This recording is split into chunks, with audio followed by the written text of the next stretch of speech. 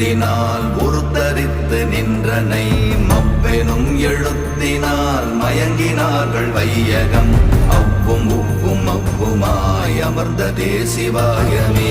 ஓம் நமச்சிவாய ஓம் நமச்சிவாய ஓம் நமச்சிவாய ஓம்